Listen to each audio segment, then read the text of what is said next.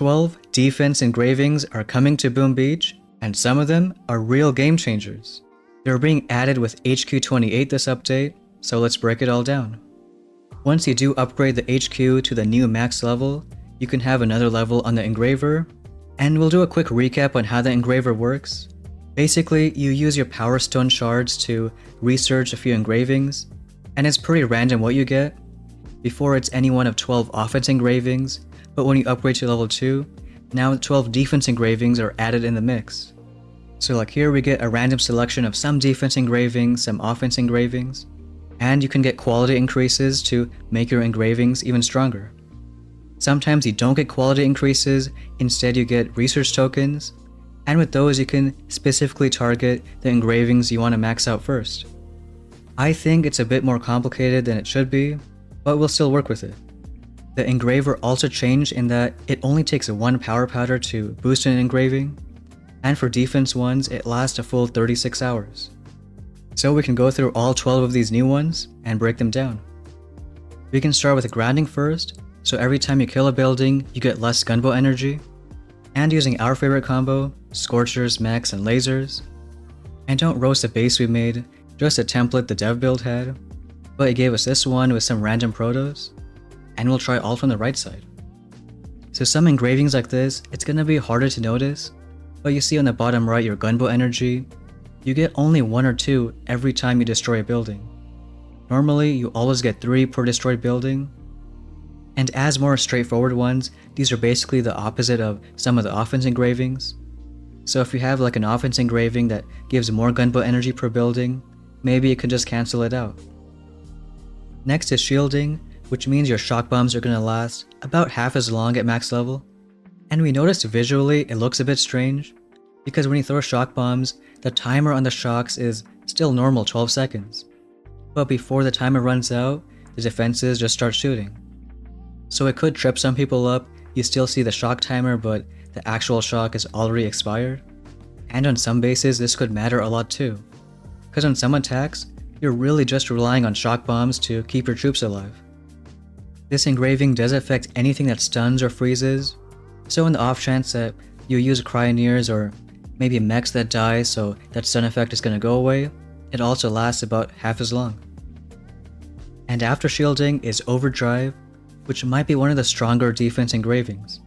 It makes all defense attack speeds just a little bit faster, and we can see it in action.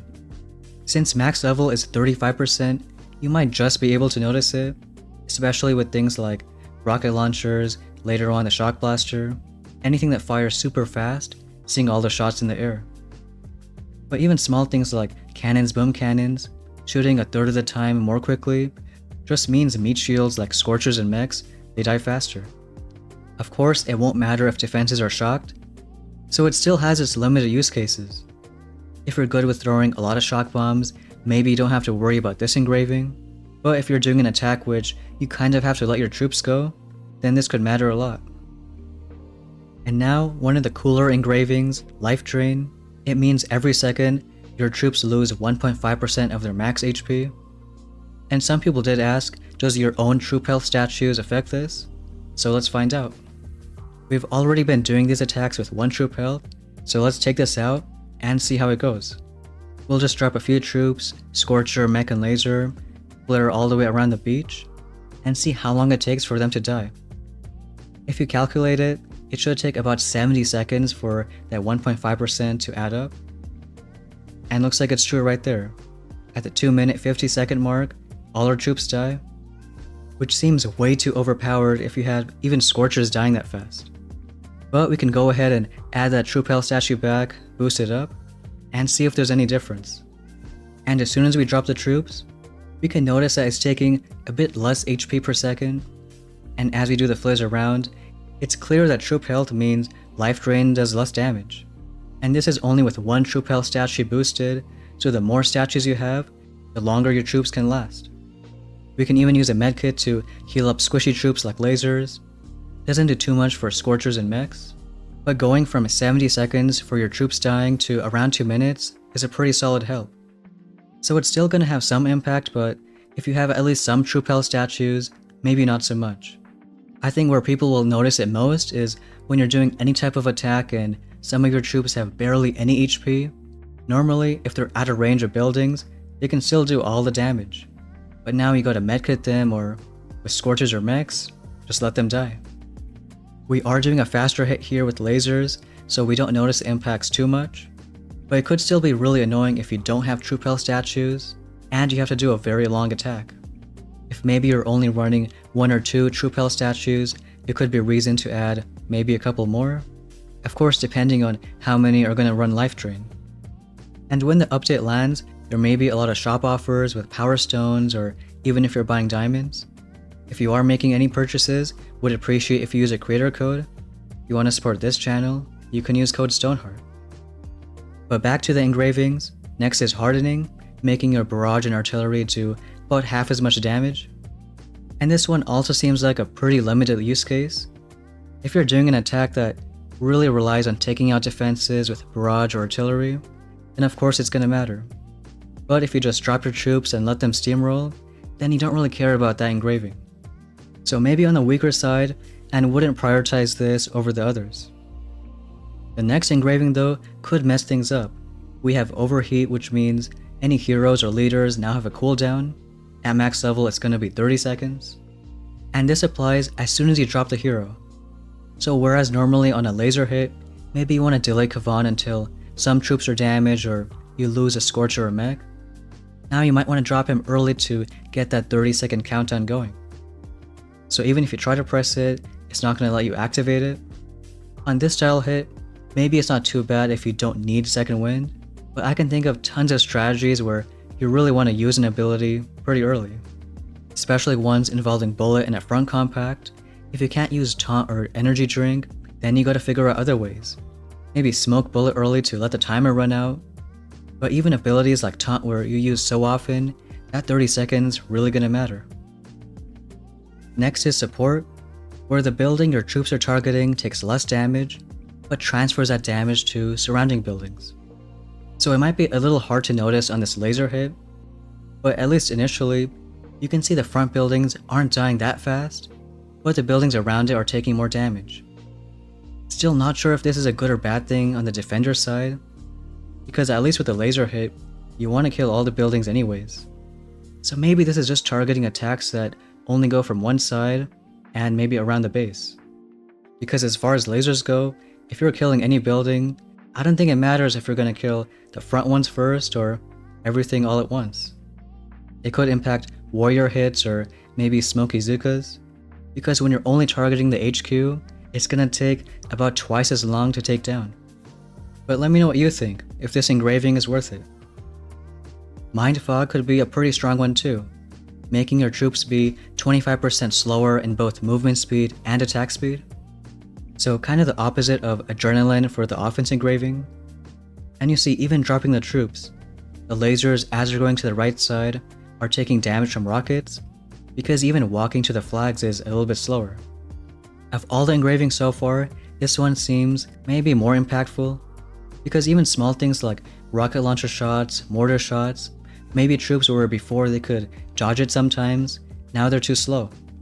At least all the troops are affected equally, so there shouldn't be too many weird interactions between troops. Now with tinkering, this means you get an extra prototype defense slot. So instead of 4 protos at max level, now you can have 5. Instead of showing an attack versus a base, we're going to think about which proto it chooses once the engraving expires. Before, Mark 1, 2, and 3 protos lasted 5, 7, or 9 days, but now they're kind of being the opposite. They're going to be lasting 10, 8, and 6 days. The one thing that's important is, if you're usually using Mark 3 protos, now it's going to be 3 days shorter. The Mark 3s are going to cost 3 less proto parts, but overall, I think it's going to be more expensive since you're going to need more resources to keep them active.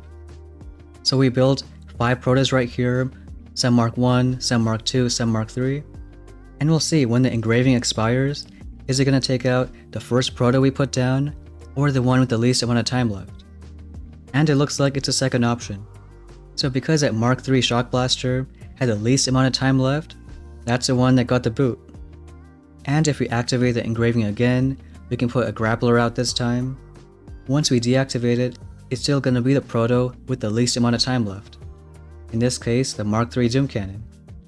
So if all your protos are Mark III, then technically it's whatever you put out first. So just keeping an eye of that in case the engraving expires and maybe you don't notice. This could also mean that if you want to choose this engraving, maybe don't only boost it for one time. It could be better to boost it 4 or 5 times to last the 6 days for Mark III protos. And that's still assuming that you really want this engraving, which honestly, others seem stronger, so maybe not. Next is disruption. It means that when you're attacking, then your offense statues are going to be 35% weaker. So keeping in mind that right now our troop damage is 64%, troop health is 70%. So we see right there, now our troop damage is down to 42%, and troop health 46%. It is good we have the battle stats in the top right, so always see what defense engravings the other guy has. And in this case, your new offense boost. Don't think it's a super strong one, because it's only 35% and you still have a fair amount of troop health, troop damage to work with, so maybe not one to prioritize. But like last time, a boring one is followed by a really cool one. And Mind Control is basically like having Kavan's Second Wind right on top of the HQ. Here the defender is going to get this energy per second, and after 20 seconds, gonna spawn some troops to attack you. The first question again is, does your own troop health statues affect this? And also another question is, if you don't lose any troops, is anything gonna happen? And in this case, it actually is. Just like with Kavan's Second Wind, if you don't lose any troops, just rifles spawn. So you have these rifles popping out from the HQ. It's hard to tell how many, but somewhere around 20 housing space. But we can do another attack and see if we don't have any troop health statues, is it gonna make a difference? So bringing that Scorcher all the way to the front, take Kavan out. And it looks like around 7 artillery take it down. So we can do the same thing first by having our own troop health statue. Do the same thing, do one Scorcher on the side, put Kavan on the beach, let a Scorcher go all the way to him, and throw some artillery. But it seems like even with our troop health statues, it's still 7 artillery to take it out. So we know that our own offense statues doesn't affect mind control. But what if the defender has some troop health or troop damage?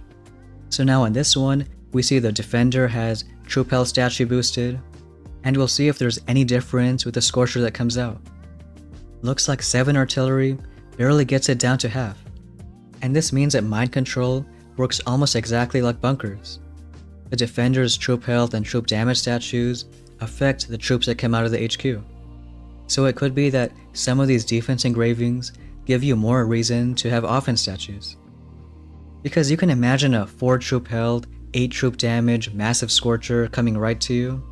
But as we see in this attack, the counter can be just doing your best to keep your troops alive. If you don't lose any strong troops, then all you have to worry about is just a few rifles.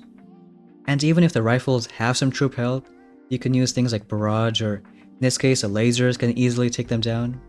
But if there are cases where some guys have grapplers that you accidentally lose one Scorcher, you're gonna have something to deal with. I would think of all the engravings, this is not only one of the cooler ones, but maybe one of the strongest too, especially if you're an offense player. And right there towards the end, you have a Scorcher coming out you still have to deal with.